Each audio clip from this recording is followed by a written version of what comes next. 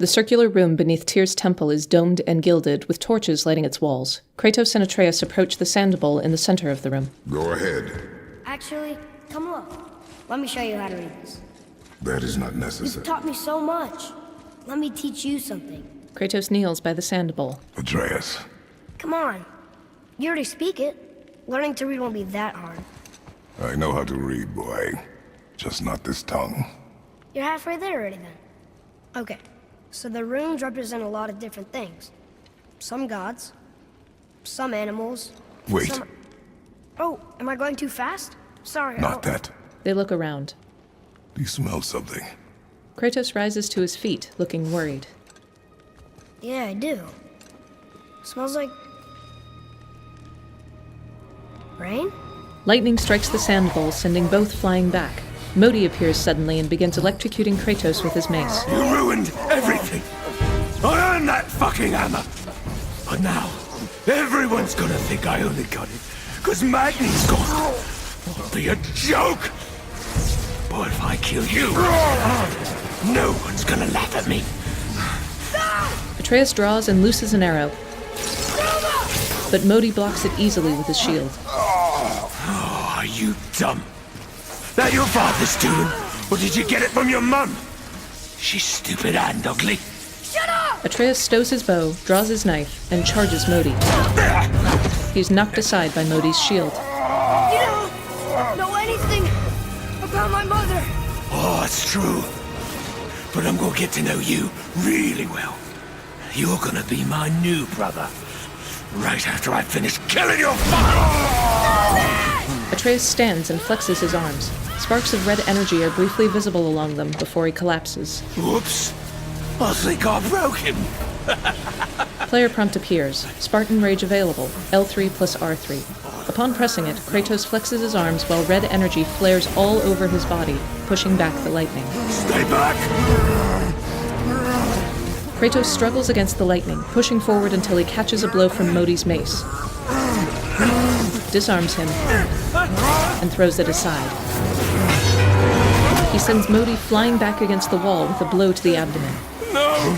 Modi clutches his stomach. No! This isn't over!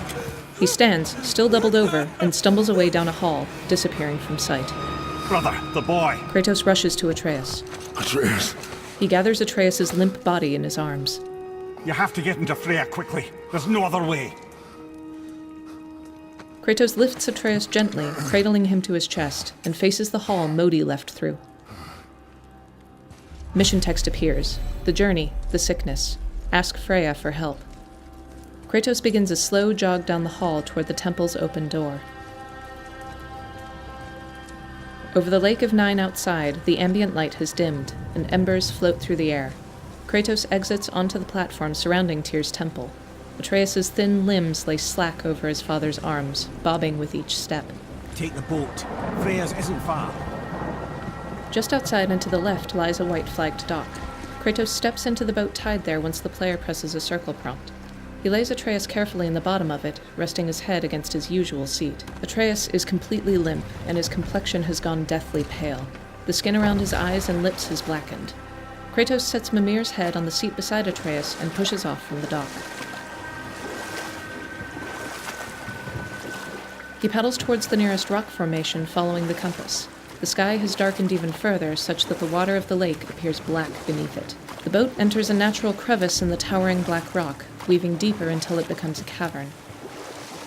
White text appears in the center of the screen from runes which flicker into letters. Witch's Cave. Odin's eye is on you, brother, especially now that you've taken to killing his kin. Freya's forest is a blind spot for him.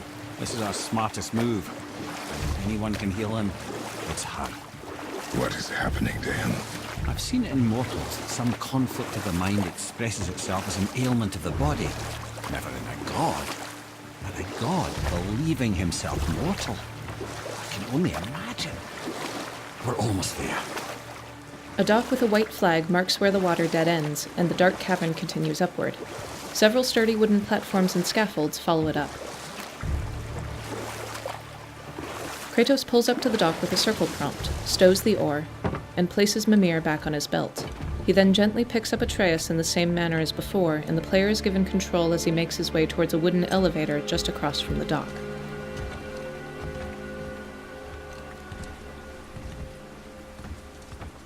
With a circle prompt, Kratos shifts Atreus over one shoulder for a moment as he turns the elevator's large crank, then returns to cradling him against his chest. The elevator begins to rise.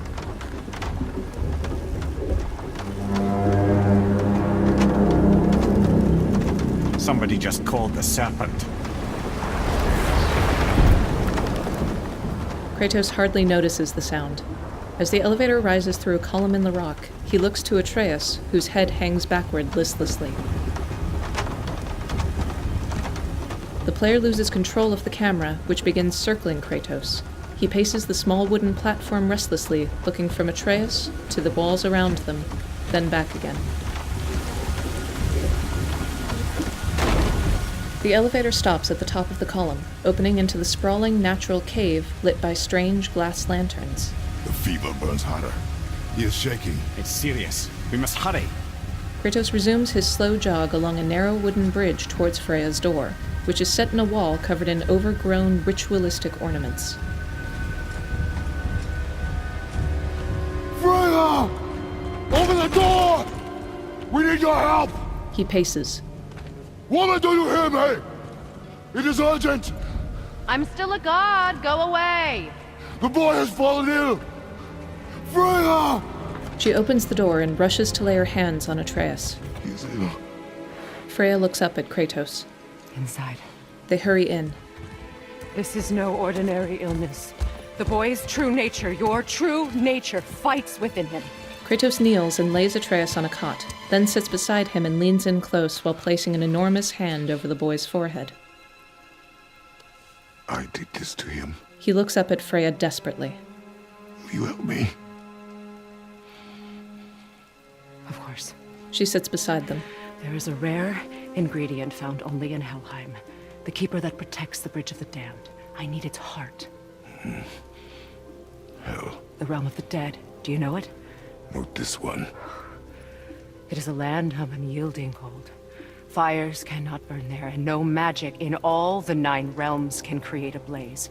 As for the dead, your frost axe will be useless. You'll need to find something else. Kratos straightens, his expression grim. Then I must return home. He runs his fingers along his left forearm.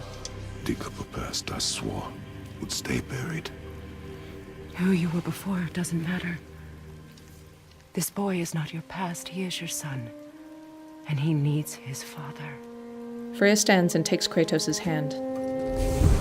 This rune opens the bridge to Helheim. When you are there, do not under any circumstances cross the Bridge of the Damned. There is no road back. Understand? Boy, Freya concocts a potion in a wooden bowl. You must hurry. Through my garden, there's a path leading to my boat. Take it.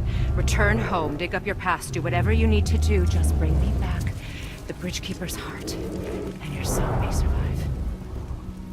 Now.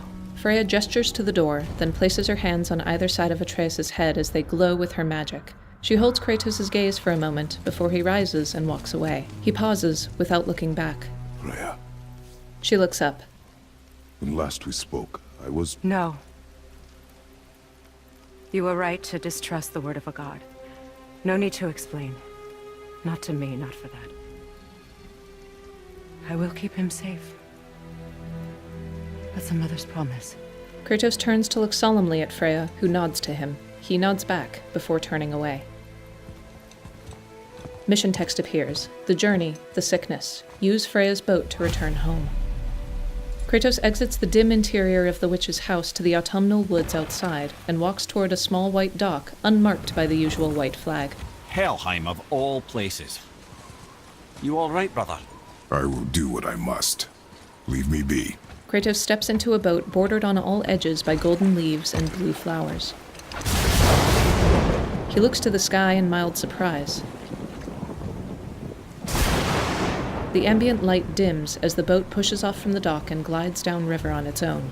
Kratos is silhouetted against the immense snowy mountain at his back. He absently flexes his left hand, shifts uncomfortably, then rests his chin on his fist while staring at the boat's empty seat opposite him.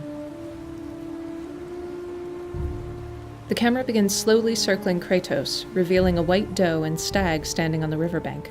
The stag has glowing blue antlers like the one Atreus once hunted. They flee as Kratos passes them.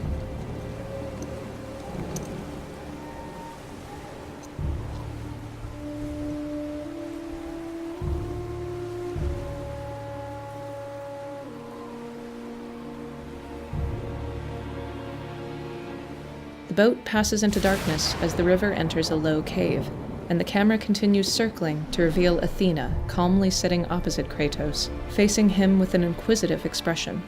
Her hair, skin, and armor are a metallic silver, and her eyes emit a bluish-white glow. Athena. He squeezes his glassy eyes shut briefly. Get out of my head. The camera circles behind Kratos, giving another view of Athena before passing behind his shoulders. When the other end of the boat can be seen again, she is gone. The boat exits the low cave into a sparser forest, bathed in a diffuse rosy hue. A pair of ordinary-looking stags on the riverbank scamper away when the boat passes them.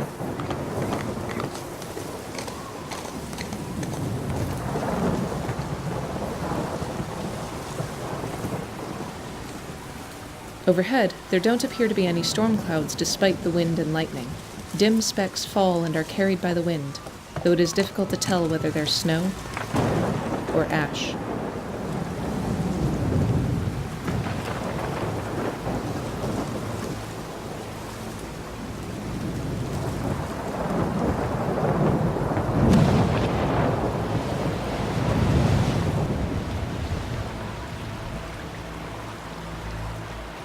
Kratos sits unnaturally still as the boat nears and enters another low cave, where two Hellwalkers watch from above. On the shore, just outside the opposite end of the cave, the distant outlines of men can be seen marching uphill, obscured by the dim light. Upon exiting the shorter cave, the boat orients itself toward a familiar dock, which is also missing its white flag. Lightning continues to flash as Kratos steps out and walks uphill.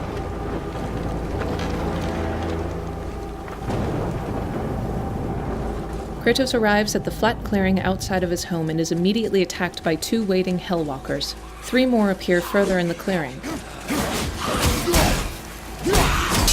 He fights them, favoring his fists and guardian shield, as Hellwalkers are resistant to the frost damage of his Leviathan axe.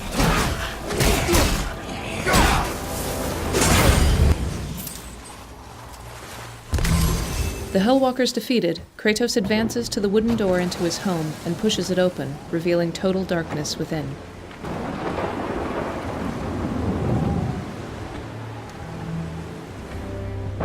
He steps inside, the dim light gradually bringing the room into focus, and throws back a large fur on the floor. He opens a worn trap door, kneels ponderously, then reaches inside.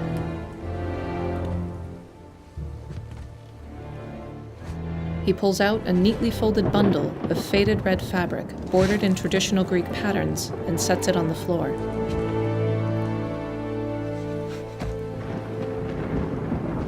Kratos stares down at the worn, dirty bandages covering his forearms, flexing his weathered fingers and touching his right arm gingerly. He then bends to unfold the bundle.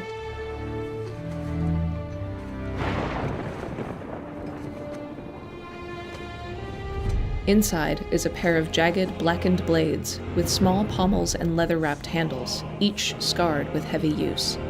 Kratos runs his fingers along one, then holds his upturned arms before his face, clenching his fists when his hands begin to tremble. The linen wraps have become stained with fresh blood. Athena stands silhouetted in the doorway as Kratos wraps his forearms in heavy chains. There's nowhere you can hide, Spartan. Put as much distance between you and the truth as you want. It changes nothing. Pretend to be everything you are not. Teacher, husband, father. Kratos looks at her, then back down to the chains. But there is one unavoidable truth you will never escape. You cannot change. You will always be a monster. Kratos picks up the blades, which swirl with sparks and flames. I know. He stands. But I am your monster no longer.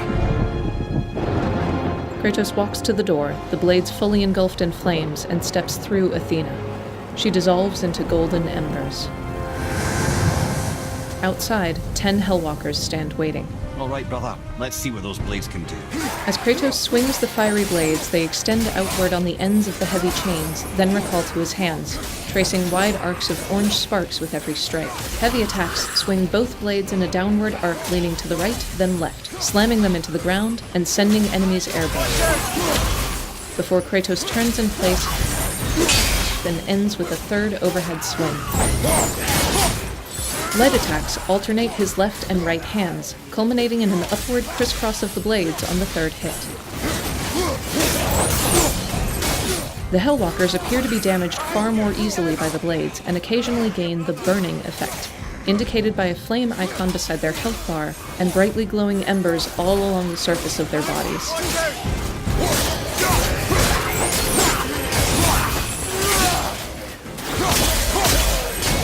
Watch your back! An alert in the top left corner reads, "Trophy earned. Hello, old friend." Text at the bottom of the screen reads, "Press right on the D-pad to equip the Leviathan axe. Press left on the D-pad to equip the Blades of Chaos." My, yes, those blades will serve quite well in Helheim. Now, I believe I see a door to the realm between realms over there, in your own front yard, no less. Take the shortcut back to the realm travel temple, then on to Helheim, yeah? Mission text appears. The journey, the sickness. Return to the realm travel room.